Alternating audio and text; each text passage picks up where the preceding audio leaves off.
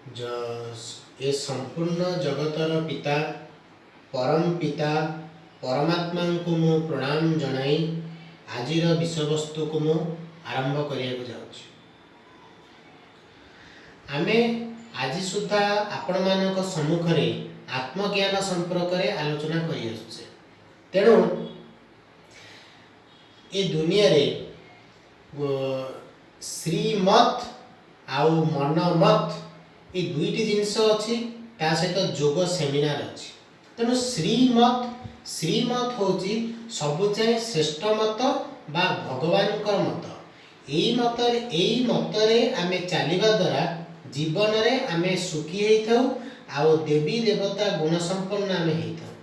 ता सहित मनमत माने निज इच्छा अनुसार निज इच्छा मुताबक चलिबाकू आमे मनमत बोली कहिथाउ। जहा द्वारा आमे एई बाटरे चलिबा द्वारा आमे जीवन रे दुख भोग करिथाउ। किंतु जोग सेमिनार कौन एतिरे हमर आत्मज्ञान विषय आलोचना करा जाउची, आत्मा और परमात्मा विषय आलोचना करा जाउची।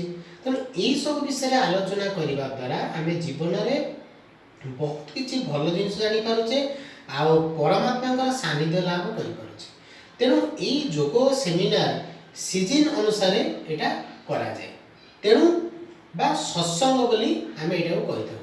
तेणु जो मैंने इंटरेस्टेड जोग सेमिनार क्लास आम करूँ आत्मा परमात्मा विषय कह जो मैंने इंटरेस्टेड से माने तले दिया जाइथिबा नंबर रे कांटेक्ट करिवे करिकी ए क्लास को बिना मूल्य रे सुविधा पाई परिवे। ता सहित आपण मानकु लिंक मध्य प्रोवाइड करा जाय। तबे आसंतु आज मु आपण मानकु से आत्मज्ञान संपर्क रे किछ कहूची। आत्मज्ञान आजिर विषय वस्तु में आलोचना करिबा जे आत्मार निवास स्थली से भ्रुकुटी मझिरे काहेकि हला अलगा कोनोसी जगह रे काहेकि न हला। देखंतु ये संसार रे भगवान जेते प्राणी सृष्टि करिसंती सबुचे मनीष होची सबुचे श्रेष्ठ प्राणी।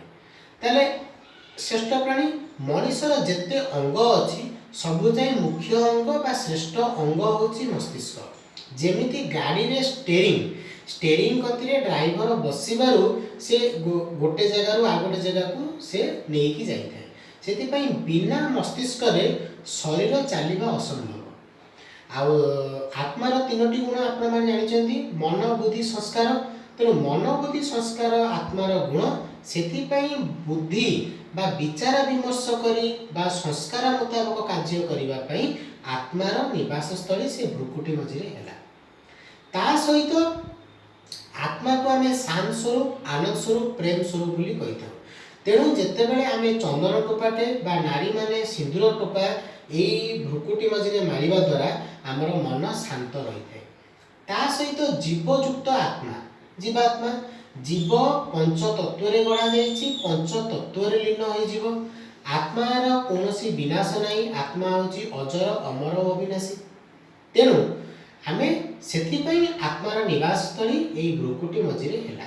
ता सहित आपण माने जानिथिबे जेमिति हमर टेम्पररी हाउस और परमानेंट हाउस अछि सेही प्रकार आत्मार टेम्पररी हाउस अछि परमानेंट हाउस अछि। टेम्पररी हाउस होची ए भ्रुकुटी मझिरे, परमानेंट हाउस होची से परम धाम जोटी परमात्मा निवास करथाती। से परमात्मा कतिरु आत्मा ए स्थूल लोक को आसिकी निजर उद्देश्य पूरा करे बा निजर कर्म साधन करे। सेथिरे पूरा हे साला परे से परम पिता परमात्मा कति चाहिए। तेणु यही होची विशेषत्व। आत्मार निवास स्थली सेहि पई भ्रुकुटी मझिरे हैला। काहेकि विचार पूर्वक काम करिया संस्कार पूर्वक काम करिया मस्तिष्क आमको साहाय्य करता है। से भ्रुकुटी मझिरे मस्तिष्क भ्रुकुटी मझिरे आत्मार निवास स्थली यही हूँ विशेषत्व। तेणु यहाँ को आप भल भाव शुणु आर सारमर्म को बुझा चेष्टा करूँ। ए विषय आपण मैंने समस्ते जापर जोग करूँ सुस्थ निरामय जीवन यापन करूँ। हरि ओम तत्सत।